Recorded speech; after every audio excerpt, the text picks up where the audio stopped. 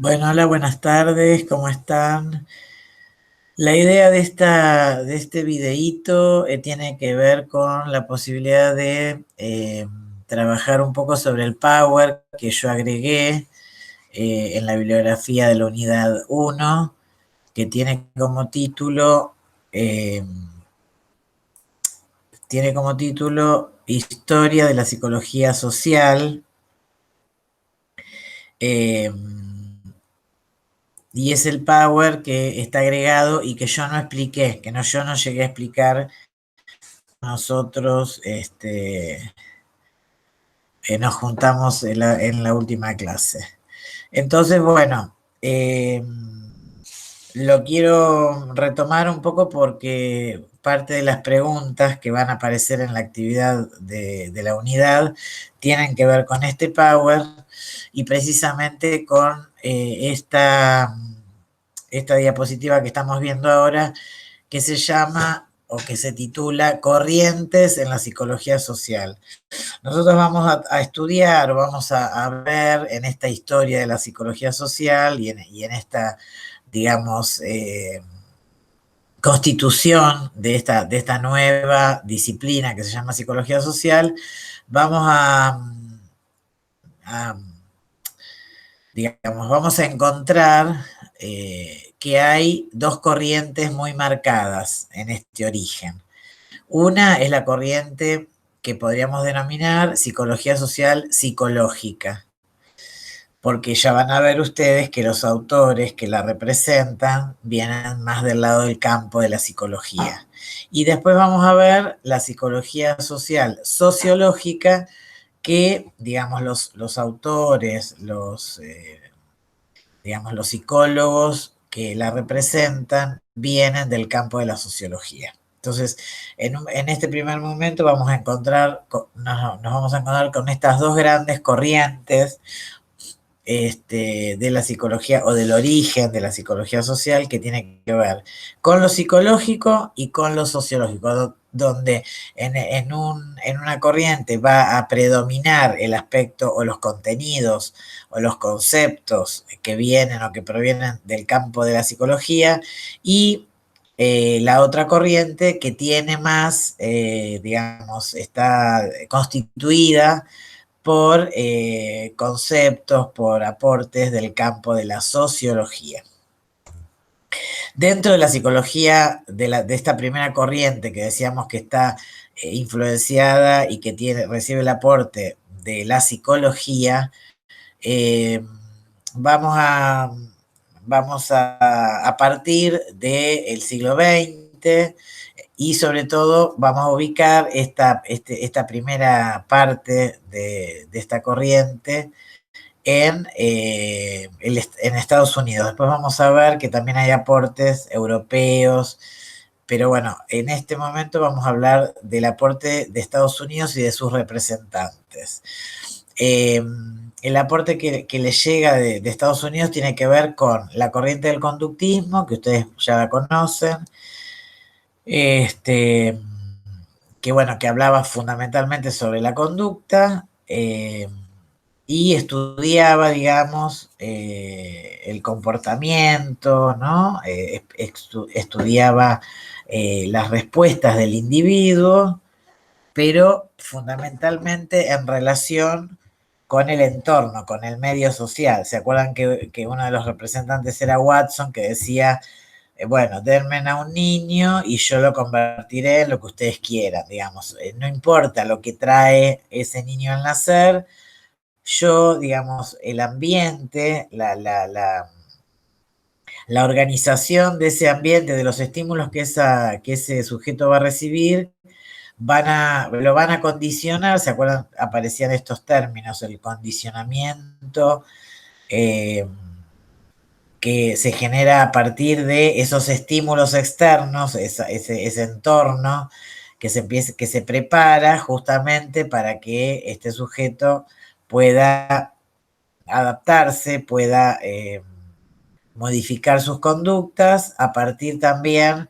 de ciertas recompensas, ¿no? Había toda una teoría también por parte de Skinner que decía bueno, que había refuerzos para premiar, digamos, de manera positiva la buena conducta y refuerzos negativos para sancionar las conductas que no se adquirían o que no eran las correctas o las adecuadas. Bueno, la psicología social va a recibir entonces la influencia de esta corriente del conductismo, pero el conductismo, digamos, no se ocupaba de los fenómenos sociales, pero sí del entorno, del medio que rodeaba al sujeto.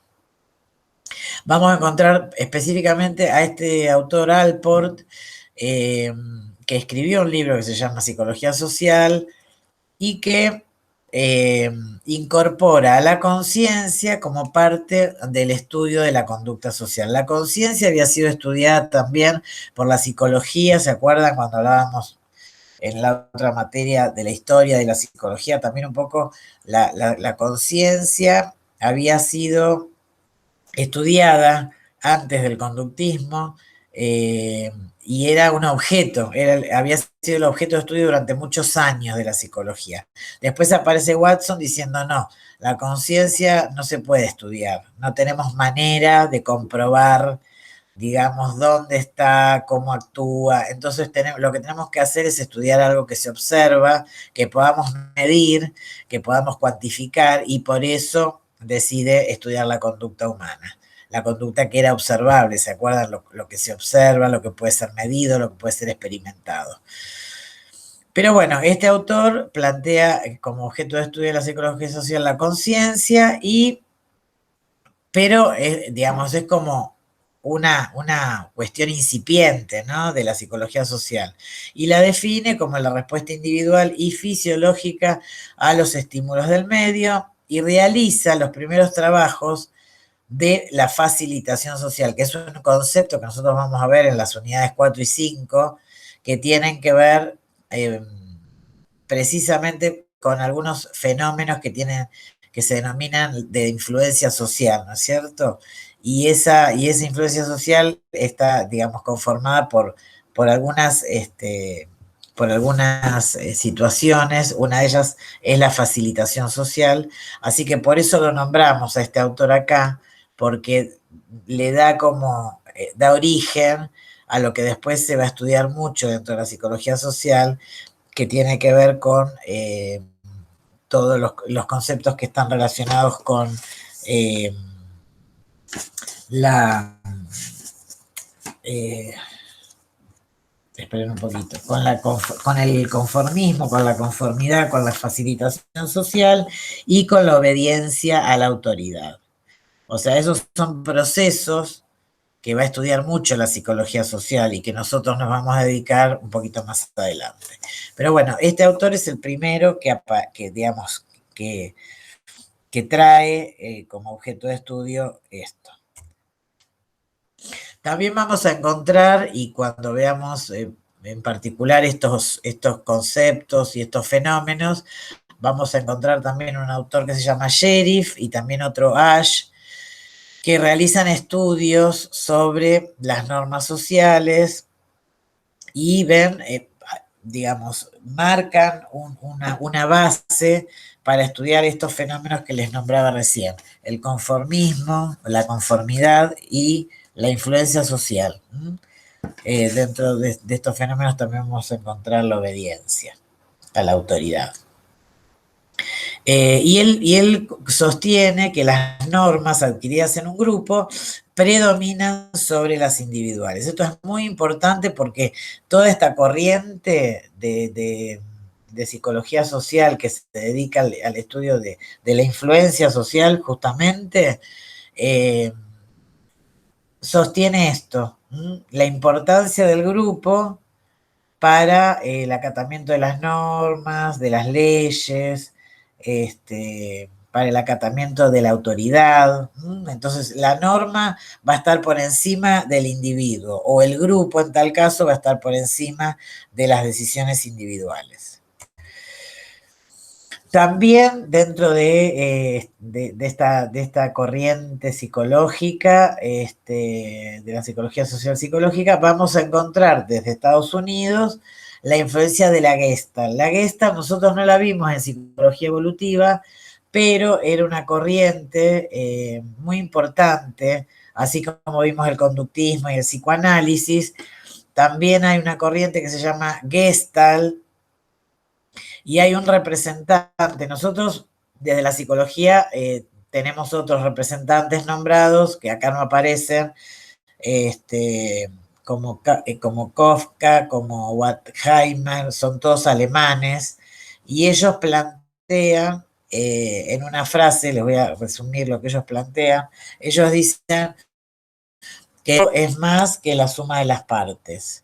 Ellos plantean eso como digamos, como un postulado para explicar la importancia de tener en cuenta cuando queremos analizar un fenómeno, la totalidad de ese fenómeno y no solo el fenómeno en sí mismo, sino que tenemos que tener en cuenta todo lo que rodea ese fenómeno, en el contexto en el que ese fenómeno se da.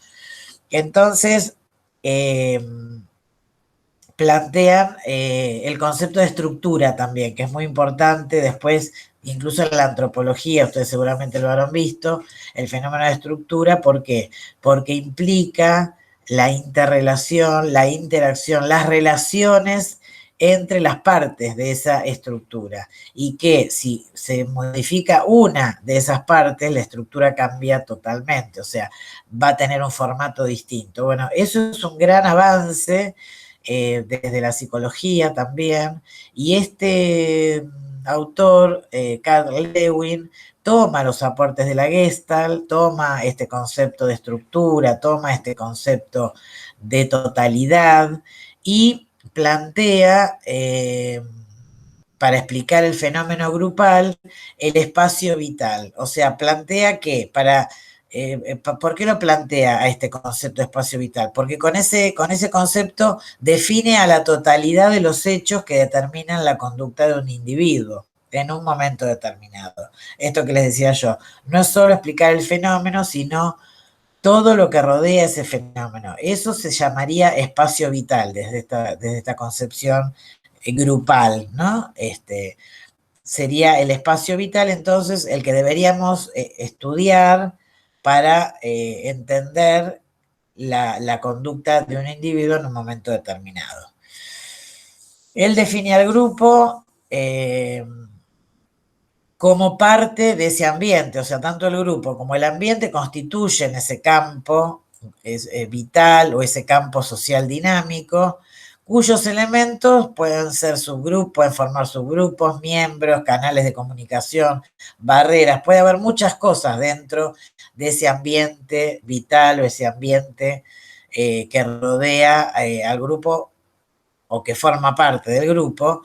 Y entonces esos elementos que vamos a tener que ir analizando, él va a decir que están, digamos, que forman parte de un campo de fuerzas dinámico. Por eso se llama dinámica grupal. Cuando veamos en la próxima unidad la dinámica de grupos o la dinámica grupal, vamos a hacer referencia a estas cosas, a estas fuerzas que funcionan, que se dan, que se originan en los agrupamientos, en los grupos, y que son dinámicas, o sea, no son estáticas. Todo el tiempo pueden transformarse, porque puede haber diferentes situaciones, conflictos. Entonces, él va a tratar de explicar que, bueno, que cada una de esas partes que conforman la estructura van a estar relacionadas y que la modificación de una de ellas modificaría el todo. Entonces, bueno, un poco lo que les decía, es el creador de la dinámica de grupos. El grupo es un todo dinámico en el que se darán conflictos, va a haber roles, liderazgos, va a haber cohesión, va a haber identificaciones, o sea, se van a producir muchas cosas dentro de un grupo, y entonces por eso es interesante conocer, digamos, lo que sucede y qué decimos o qué vamos a decir cuando hablamos de dinámica de grupo. También estudió, eso lo vamos a ver bien en la siguiente unidad, él también estudió los diferentes estilos de liderazgo que también es un fenómeno que aparece en el grupo, la asunción de roles. Entonces él dice, bueno, uno de los roles que aparecen en un grupo siempre es el liderazgo, el rol del líder. Y este liderazgo puede tomar distintas formas o puede ser diferente. Va a haber un liderazgo que él denomina autocrático, otro liderazgo que denomina democrático y otro de liderazgo que denomina laissez-faire. Esto también lo vamos a seguir viendo más en profundidad en la siguiente unidad, pero para darles una idea, el autocrático tiene que ver con el líder autoritario, el democrático, el líder que genera o da lugar a la participación de todos y al consenso, y el laissez-faire es el líder que deja hacer, que no interviene, digamos que no cumple, digamos, una función de regulador, de mediador, ni autoritario, directamente no se mete en la dinámica del grupo. Bueno, él menciona estos tres liderazgos y es muy importante su aporte porque va a plantear justamente que el grupo eh, tiene o sea, hay una, es dinámico y está compuesto por diferentes fuerzas, un sistema de fuerzas que debe estar en equilibrio y que si ese equilibrio se tensa o se rompe, digamos que ese campo dinámico, esas fuerzas que constituyen ese campo dinámico, tienen como finalidad tratar de restablecer ese equilibrio. Pero bueno, a veces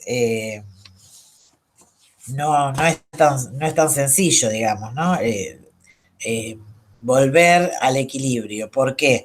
Porque estamos hablando de interacciones, estamos hablando de vínculos, estamos hablando de roles, estamos hablando de pertenencia grupal, de identidades, de identificaciones.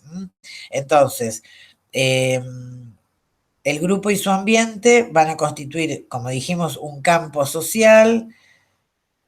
Ese campo va a estar, digamos, va a estar en equilibrio, pero ese equilibrio no es estático, sino dinámico, a eso se refiere la dinámica de grupo, y esas fuerzas que van jugando constituyen las partes de un todo, esto que yo les decía de la estructura que toman de la Gestalt, ¿no? O sea, todas estas partes van a formar ese todo que tienden, digamos, a formar al conjunto, ¿no es cierto?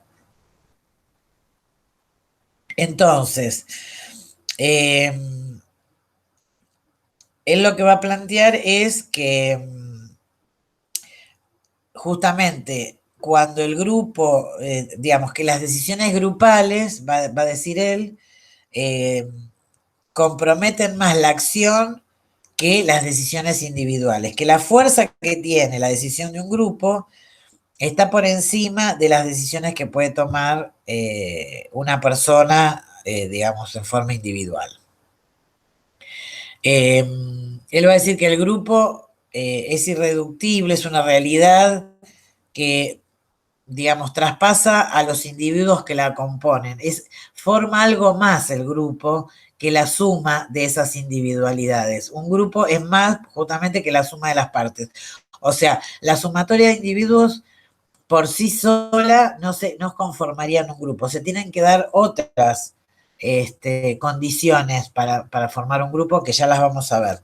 Pero, digamos, es importante tener en cuenta esta idea de totalidad, de que el grupo constituye algo más que esa sumatoria de personas, que hay una dinámica, que hay digamos, un dinamismo entre fuerzas, que esas fuerzas tratan de mantener el equilibrio. Él hizo muchos experimentos con grupos, Y, digamos, primero hizo experimentos en laboratorios y después puso en juego, digamos, estas teorías en la vida cotidiana, digamos, ¿no? O sea, trató de llevar su teoría a cuestiones concretas y prácticas. Ya eso también lo vamos a ver. Hizo muchos trabajos que tenían que ver con la resistencia al cambio, por ejemplo, en las costumbres alimentarias de las poblaciones después de la guerra, de la Segunda Guerra Mundial. Hizo una investigación muy interesante en relación a esto, de por qué había resistencia a comer ciertos alimentos y cómo logra él demostrar que el trabajo con los grupos tiene un impacto y una influencia muchísimo mayor que el trabajo con cada una de las personas en forma individual para modificar esa conducta alimentaria. Es muy interesante el aporte de Carl Lewin para la teoría del campo y para la psicología social en general. Así que bueno, lo vamos a retomar cuando sigamos viendo el tema de grupos particularmente. Este, bueno, vamos a tratar de continuar con el Power. A ver digamos, las otras influencias que recibe esta psicología social, psicológica. Bueno, recibe las influencias del psicoanálisis, porque también Freud plantea, digamos, si bien es cierto, Freud desarrolla una teoría individual, digamos, del sujeto individual, y habla mucho, y toda su teoría tiene que ver con el inconsciente, y tiene que ver con las formaciones del inconsciente, los conflictos, el yo, el ello, el super yo. Digamos, si bien es cierto, él se ocupa mucho de lo que, digamos, de cómo marca a un sujeto, digamos, la cuestión de la genética, de la cuestión de la herencia también, ¿no es cierto? Pero se mete también en un momento a trabajar sobre algún aspecto que tiene que ver con la psicología social, podríamos decir. Eh, Porque él, digamos, dentro de su teoría, trata de explicar el fenómeno de la masa y el lugar del líder. ¿Mm? Hay un trabajo de él que se llama Psicología de las Masas y Análisis del Yo, que es muy interesante y que justamente en ese texto él se ocupa de los fenómenos de la masa y el lugar del líder. No vamos a explicar ahora cuál es esa teoría, eh, digamos, cuál es esa teoría, pero sí lo que les puedo decir, porque después la vamos a desarrollar más en profundidad, lo que sí les puedo decir es que eh, él, digamos, a partir del estudio de la masa, empieza también a esbozar este interés en esa época por la psicología social o por la instauración o por el estudio de estos fenómenos de grupo. ¿Mm? Y también pone relevancia en estos conceptos que veíamos antes, por ejemplo, con Sheriff o con Alport, que decíamos, bueno, qué cosas trabajan, la facilitación, la imitación, la sugestión en la conducta social, efectos interpersonales, la facilitación social, las actitudes. También vamos a trabajar un poco sobre la cuestión del prejuicio, sobre la discriminación en esta cuestión de la influencia social. ¿Qué pasa, digamos, con estas actitudes? Este, y cómo vamos a poder ver en ejemplos que vamos a traer, cómo vamos a poder ver esa influencia que ejerce el grupo en las decisiones individuales. Freud plantea, digamos, el tema de la masa y la influencia que tiene el líder también, a partir digamos, de explicar de manera mítica, de algún modo, de manera mítica, una, una escena que él trabaja en un texto que se llama Tótem y Tabú. Él en esa escena, en ese texto, mejor dicho, plantea una escena que es mítica, que quiere decir que nunca pasó, pero tiene que ver con un origen. Uno puede pensar que la posibilidad de querer formar parte de un grupo y de pensarnos todos iguales dentro de ese grupo, puede tener que ver con este origen que él va a plantear de la sociedad, de una sociedad primitiva, una sociedad que, digamos, tenía a un tótem como su líder, al que veneraban. Esa sociedad que tenía ese tótem y que formaba parte de la organización social, estaba sometido, dice Freud, a ciertas prohibiciones y regulaciones en relación a qué. ¿Se acuerdan que veíamos al tema de la prohibición del incesto, del homicidio dentro de la familia y también de la necesidad de la exogamia? ¿Se acuerdan de poder elegir a alguien por fuera de lo familiar? Él dice, ¿por qué la sociedad puede llegar a esto, digamos? Puede acatar estas leyes que no son naturales, sino que las construye el hombre, digamos.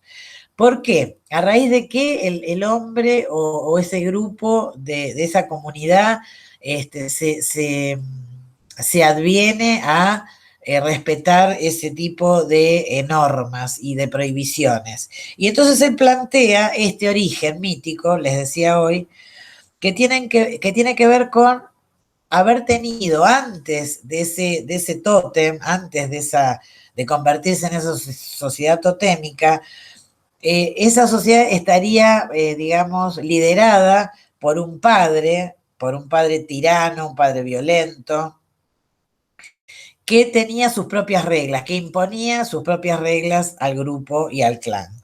Y ¿cuáles eran esas reglas? Quedarse, digamos, por poder poseer a las mujeres de ese grupo y expulsar a los varones cuando crecían para no tener rivales, para que esos varones que crecían luego no le disputaran a esas mujeres. Esos hermanos que eran expulsados de esa comunidad terminan en algún momento por rebelarse.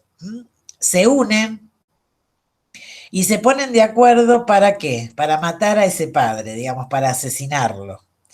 Ese asesinato, que además después de realizarlo, se constituye como se constituye un banquete, dice Freud, donde todos comen de ese cuerpo, digamos, pero digamos, simbólicamente quiere decir que están en comunión con ese tótem que ya dejó de ser el real y pasa a ser un tótem simbólico. Todos comen de él, digamos, y entonces quiere decir que todos se van a identificar en algún punto, dice Freud, con ese que había sido admirado, que había sido vencido, que había sido envidiado en algún momento, que había sido el antecesor de todos. Y esa posibilidad de comunión alrededor de este banquete simboliza la igualdad y la solidaridad de todos. O sea, ya no hay uno que rige, que dice, que establece, sino que ahora son todos y los que van a poder tomar decisiones, los que van a poder, digamos, constituir leyes, los que van a poder participar. Y ahí dice Freud que nace la sociedad nueva, que se va a sustentar sobre ese mito, se va a sustentar sobre ese mito y va a poder generar una ley que es la ley de prohibición del incesto. Entonces, bueno, ¿qué quiere decir esto? digamos, para cortar acá y no seguirme explayando mucho con esto, quiere decir que aparece esta concepción de la psicología social porque aparece el fenómeno de la identificación. A partir de eso, esta situación de asesinato del padre, que es simbólico, ¿no es cierto? No, no es real, pero reúne a los individuos a partir de qué? De un interés común. ¿Se acuerdan cuando hablamos del origen del vocablo grupo también y decíamos, bueno, el concepto de nudo, de círculo, y había una cuestión acá de, tiene que haber un agrupamiento de personas iguales que tengan un interés común, que tengan para hacer una tarea, que tengan intereses, digamos, opiniones, lo que sea, pero que haya un objetivo común que los reúne. Por eso el grupo reúne la fuerza, por eso el grupo obtiene la fuerza, porque hay un objetivo que los reúne. Y el grupo lo que hace, digamos, es que cada individualidad pueda sacrificarse, que cada deseo individual se deje de lado. ¿Para qué? Para sumarse a ese deseo colectivo. Fraterno, podríamos decir. Entonces se unen se unen en pos de un objetivo común y dejan de lado sus individualidades, sus deseos personales o particulares. Entonces, aparece el deseo por pertenecer al grupo en ese momento. Es muy importante porque acá, digamos, este pacto entre los hermanos, podríamos decir, para derribar a este líder y ese sentimiento fraternal que surge, y las identificaciones con ese que ya no está, digamos, porque los hermanos toman parte de esas cualidades, parte de esos atributos que tenía este líder. Bueno, ese proceso de identificación es el que va a permitir que constituyamos grupos, que nos vinculemos, que se desplieguen vínculos en los grupos. Vínculos quiere decir interacciones. Y es un concepto muy importante que aporta el análisis de Freud, así como también otro factor que analiza Freud, además del de la identificación, es el de la cohesión. Todos se identifican con los demás miembros del grupo. Eso por un lado, pero también todos quieren ser iguales. Eh, Todos quieren ser iguales, o sea, capaces de identificarse unos con otros y puede haber uno solo que sea, digamos, el líder, que ya vimos que va a haber diferentes características de líder, pero seguramente va a seguir estando esta necesidad de tener a alguien que asuma ese rol, digamos, ¿no? Pero dependerá del grupo si ese rol va a ser autoritario, si ese rol va a ser, si ese líder va a ser autoritario, si ese líder va a ser participativo, si va a ser eh, indiferente, digamos, vamos a tener que ver las características del grupo para determinar un poco también qué tipo de liderazgo tiene. Bueno, hasta acá vamos a trabajar con el tema del psicoanálisis porque no quiero excederme tanto, es algo que vamos a retomar, pero digo que tiene que ver un poco este aporte con incluir a la psicología social, porque ya empieza Freud a hablar de de una estructura social, digamos, de este conjunto de personas que se ponen de acuerdo para algo. Entonces, el grupo organizado, va a decir él, es el que está, digamos, que surge a partir de instaurar estas leyes de prohibición del incesto y del. También en el texto de Scaglia, que yo les di para leer de la bibliografía, eh, van a encontrar, se llama Fenómenos Sociales, de Héctor Escaglia y García. Ahí van a encontrar también una mención a un par de autores que tienen que ver con esta corriente psicología social psicológica y que también, digamos, van a aportar sobre estos fenómenos que yo les decía de facilitación social y de influencia social. En el caso de Tard habla de la capacidad de imitación del hombre. Va a destacar sobre todo eso, la capacidad que tenemos de imitar, y eso nos va a permitir también explicar mucho sobre el fenómeno de la influencia social. También Le Bon, van a ver que está mencionado en el texto, elabora una teoría del contagio. Tard habla de la imitación. Le Bon habla del contagio y sostiene que las personas, al estar en grupo, sufren la influencia de una mente grupal que reduce su autonomía individual. Fíjense cómo el grupo acá también aparece como trascendiendo las individualidades. Hay una fuerza del grupo que ejerce una influencia más allá de los deseos individuales. Esta alma colectiva, digamos, en la que por ahí puede llegar a ver primar la impulsividad o la violencia, donde él va a decir que esta alma colectiva puede tener, digamos, en su interior cierta impulsividad, cierta violencia, y estas ideas que plantearon estos dos autores, sobre todo, influenciaron mucho en autores franceses que estudiaron mucho las instituciones, o sea, de los grupos y las instituciones, como puede ser el caso de Ancier, Lapassade, Luró, Castoriadi, son todos representantes, psicólogos, que trabajaron sobre el análisis institucional, fundamentalmente tomando el aporte de estos autores y de estas corrientes.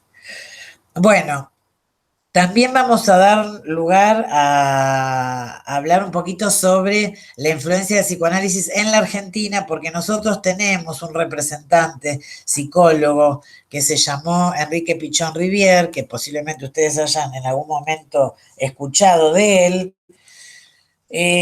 Y este autor, que se lo considera en la Argentina como el padre de la psicología social, nace en Ginebra, pero se radica prontamente, muy en su infancia, al noroeste argentino, y después decide estudiar en medicina en en la Universidad de Buenos Aires.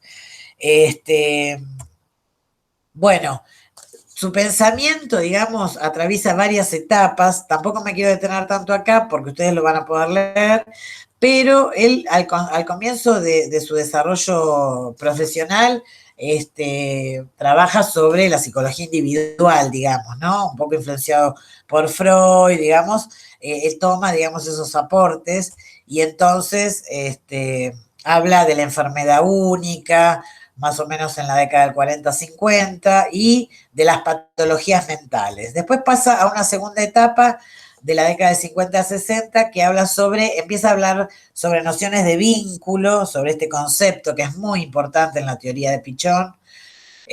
Habla sobre la familia como una unidad intersubjetiva para el análisis de la situación clínica. O sea, él cuando quiere trabajar sobre alguien, sobre el conflicto de alguna persona, lo que hace es trabajar, si supongamos que es un niño, trabaja con esa familia, con la familia de ese niño, porque para él, como decíamos hoy, el grupo trasciende las individualidades y entonces seguramente ese niño es el resultado de esa dinámica grupal de la que hablaba Carl Lewis, y hay que descifrar de algún modo qué roles cumplen cada uno de ellos en esa dinámica, y también plantea un concepto muy importante que es el emergente grupal, que es otro de los roles que vamos a encontrar en los grupos, el emergente o el portavoz. Ese emergente o portavoz es aquel que dentro del grupo tiene la posibilidad de manifestar el conflicto, la dificultad, la problemática, que lo puede poner, digamos, que puede asumir ese lugar para visibilizar la dificultad, digamos, ¿no? Es muy interesante la teoría de Pichon, sobre todo cuando habla mucho del emergente grupal y de cómo el grupo deposita generalmente en uno, que parece el más débil, pero termina siendo el más fuerte, porque logra soportar todas esas tensiones. Logra soportar, ¿se acuerdan que decíamos que en el grupo hay una dinámica de fuerzas? Bueno, ese emergente logra, digamos, soportar esas fuerzas y logra, digamos, manifestar de algún modo ese desequilibrio que se empieza a producir dentro de ese grupo. Bueno, y la tercera etapa, que es la última, del 60 al 70, ahí sí se mete directamente ya a desarrollar una teoría psicológica grupal y comunitaria. Él va a plantear como una gran formulación que el sujeto es un sujeto de necesidades y estas necesidades que tiene el sujeto solo se pueden satisfacer socialmente a partir de las relaciones que lo determinan. Él plantea al entorno como algo importante. ¿Se acuerdan cuando hablábamos de qué era la psicología social y ustedes decían, bueno, es digamos, el interjuego entre el individuo y el entorno, ¿no? Y ese medio que lo rodea? Bueno, él dice, no solamente el individuo es producto de ese contexto, sino que también va a ser productor de ese mismo contexto. O sea, le da al sujeto una participación y un lugar de actividad, de productor de él mismo, teniendo en cuenta la interacción con ese ambiente, ¿no? O sea, él dice, es determinado, pero también lo determina al ambiente. O sea, hay un interjuego entre ambos lugares, podríamos decir, entre el sujeto y el entorno, digamos, ¿no? Una dialéctica. Hay una relación dialéctica de mutua transformación y de mutua influencia. Bueno, y él lo nombra a esto de la mutua influencia o de la mutua transformación como algo de carácter intra e intersubjetivo, o sea, digamos, intraindividual, o sea, del sujeto, pero también intersubjetiva o intrasubjetiva e intersubjetiva. Lo intra tiene que ver con lo propio, con lo individual, y lo inter tiene que ver con esas relaciones con el afuera.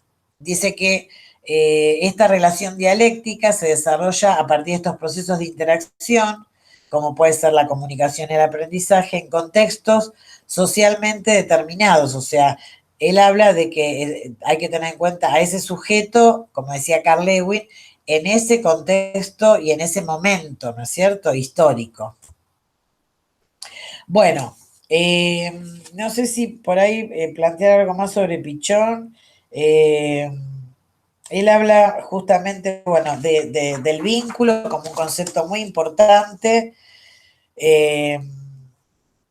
y entonces va a formular una teoría de los grupos operativos, que ya sería como una técnica, digamos, que él utiliza para trabajar con los grupos. Y va a hablar de un esquema referencial que tenemos que tener siempre en cuenta cuando trabajamos con grupos, que se llama ECRO. El ECRO es un sistema, digamos, un esquema referencial que, digamos, le va a servir a él para analizar las problemáticas que se dan dentro de los grupos. Para abordar, digamos, esas producciones grupales. Bueno, igual vamos a retomar un poquito también de pichón cuando hablemos de grupos, así que vamos a dejar por acá para seguir con la otra línea, con la otra corriente, que tiene que ver con lo sociológico. Acá nos vamos a encontrar con unos cuantos representantes. Los precursores son William James, Coley, que desarrollan la idea de un yo como resultado de la interacción social. O sea, ellos ya planteaban en su momento que el yo no era, digamos, una instancia psíquica que se producía, digamos, en el sujeto, pero a partir solo, por ahí a partir de las identificaciones con el otro, sino que va a ser el resultado de la interacción social en general, con ese otro y con esos otros, podríamos decir, ¿no? Con la sociedad toda. También vamos a encontrar un representante que se llama George Mead, de Estados Unidos, que va a decir que la mente, o sea, nuestras posibilidades de pensar, de hacer y de decir, surgen en el devenir de la comunicación, de la conversación de gestos y significantes y en la experiencia social. O sea, fíjense la importancia que le da, digamos, a la producción intelectual de cada uno de nosotros, o sea, cómo está influido, digamos, esto, ¿no? Nuestro hacer, nuestro pensar y nuestro decir a partir de la experiencia social, la conversación, los gestos, la comunicación en general. Dice que a partir de la incorporación de roles de personas significativas, uno aprende a incorporar los puntos de vista del otro.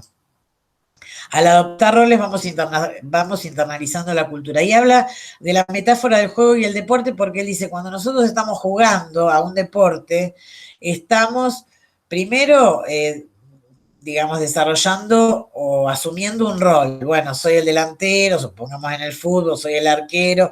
Bueno, esa posibilidad de participar del juego, que el juego sería una manera de jugar o de representar la realidad, pero que no es la realidad misma, esa posibilidad de jugar, dice él, nos permite ir como incorporando esos roles que luego vamos a poner en juego en la sociedad, en nuestra vida cotidiana, y en ese juego vamos a ir ensayando, podríamos decir, estos diferentes roles.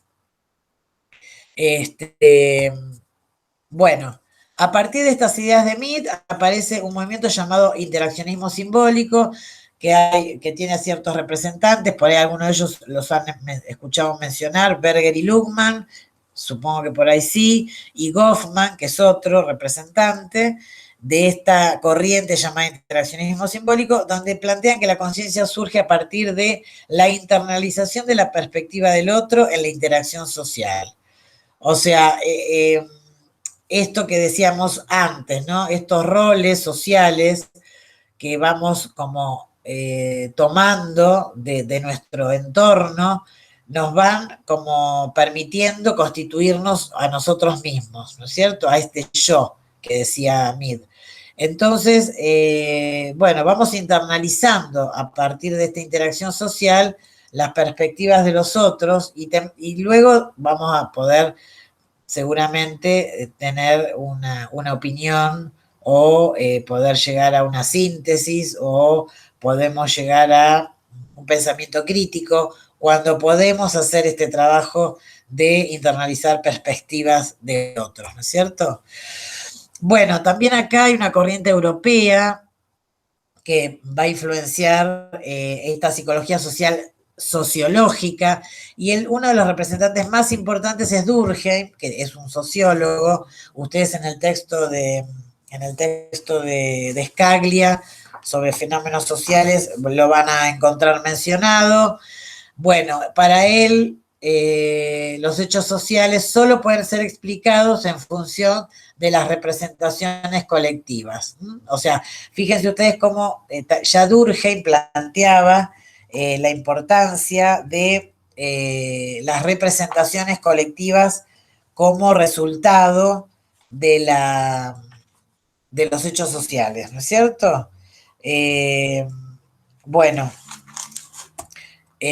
otro representante que vamos a encontrar muy importante es Moscovici. que es un poquito más contemporáneo. Esperen un poquito que quería... Moscovici va a trabajar mucho sobre las minorías, sobre la influencia de las minorías también. Eh, Va a hablar también de las representaciones sociales como sistemas cognitivos compartidos por los miembros de una comunidad que nos guían y ordenan nuestras conductas. Hay toda una línea sociológica que trabaja y psicológica también que trabaja mucho sobre este concepto representaciones sociales. Es muy importante. ¿Por qué? Porque la representación social tiene que ver con las ideas, las creencias, costumbres, las maneras de hacer, eh, las tradiciones que se van, digamos, heredando, transmitiendo de generación en generación, y que son muy importantes para nosotros, para cada uno de nosotros. ¿Por qué? Porque son las que nos van a ir dando idea de cómo pensar sobre algunas cosas. O sea, nuestros pensamientos, nuestras ideas, nuestras opiniones van a estar influenciadas por estas representaciones sociales que actúan en nuestra cotidianeidad, dicen los autores. O sea, nosotros vamos formando esas representaciones sociales a partir de compartir nuestra vida con otros, a partir de las interacciones, a partir de la comunicación, a partir, digamos, de estos vínculos. Entonces, esas representaciones sociales, son las que nos van a ir guiando y las que nos van a ir ordenando nuestras conductas. Y esto tiene que ver también, y está muy ligado, y después lo vamos a desarrollar más, con el tema de los prejuicios, con el tema de la discriminación, con la idea de la influencia social también, porque van a estar muy relacionadas, digamos, estas representaciones sociales con luego las conductas grupales acerca de determinadas cosas o acerca de determinadas ideas de la sociedad. Y de estos grupos minoritarios que por ahí sostienen o defienden, ¿no es cierto? Ciertas ideas, opiniones, creencias. Él va a plantear que, bueno, Moscovici, que las teorías científicas se difunden y cuando pasa esto, la gente empieza a cambiar su visión del mundo y de sí misma también. Y estas ideas o teorías científicas se empiezan a convertir en saberes cotidianos. Eso sería la representación social, digamos, hacer familiar lo desconocido o hacer familiar esos saberes científicos o decodificar esos conocimientos científicos en saberes cotidianos, familiares, que es, digamos, con lo que nosotros nos vamos a relacionar cotidianamente. Plantea que el grupo que se conforma a la norma no es siempre el más eficaz. Él plantea esto de los grandes grupos y las minorías, digamos. Los grupos que adhieren absolutamente a ciertas ideas o que tienen ciertas opiniones o que acatan ciertas normas, dice, a veces esos grupos no son los más eficaces. Muchas veces la sociedad necesita cambiar, como decíamos antes, de teorías o cambiar de paradigmas, y entonces ese cambio se va produciendo a partir de ciertas minorías que para actuar en el cambio social deben reunir ciertas condiciones. Que sean visibles es una condición fundamental de la minoría y que tengan reconocimiento social también es otra de las cosas fundamentales, porque digamos, esas dos cosas le van a permitir a esa minoría cambiar de estatus, digamos, y poder avanzar en digamos, en el cambio de opinión o en el cambio de creencias de un grupo o de la sociedad. La Moscovici va a plantear que la minoría ejerce influencia social si asume y sostiene una posición que debe ser coherente, persistente y consistente. También, además de la visibilización y además de el reconocimiento social que decíamos recién, también tiene que ser coherente. Lo que propone esa minoría tiene que ser coherente, tiene que tener persistencia en el tiempo, o sea, no tiene que decaer, siempre tiene que estar, digamos, en ese lugar visible y tiene que ser consistente, quiere decir que sea creíble, digamos. Porque esas condiciones la van a favorecer a la hora de la negociación, a la hora de negociar el conflicto. Bueno, digamos, la posibilidad de innovar con ideas o de modificar las normas grupales van a ser los mejores recursos de las minorías para el proceso de la influencia social. O sea, traer ideas novedosas. Ustedes fíjense que las minorías generalmente rompen con el estatus, con la ley, con lo que ya está dado, con lo que está instrumentado, con lo que se acata. La minoría generalmente viene a romper con eso que ya está establecido, con esa norma, podríamos decir, y viene a plantear modificaciones a esas normas. Entonces, ese es el mejor recurso que tiene la minoría para ejercer influencia social. Bueno, para terminar, hay una definición de la psicología social como el estudio científico de las relaciones entre las personas, o también habla de que es la disciplina científica que hace uso de métodos para identificar y comprender los principios del comportamiento social. Ustedes en uno de los textos que yo adjunté también a la bibliografía, que creo que se llama, que es de Telmo, creo que se llama la psicología social, o la diferencia entre la psicología y la psicología social. Bueno, en ese texto van a encontrar varias definiciones de psicología social. En la guía de actividades yo les pido que elijan o que armen o que definan o que formulen una definición de psicología social. Bueno, elijan, pueden elegir alguna de las que ya están en los textos o pueden, de última, armar una propia. Bueno, con esto terminamos. El PowerPoint. Yo quería explicarlo porque no habíamos tenido tiempo en la clase pasada.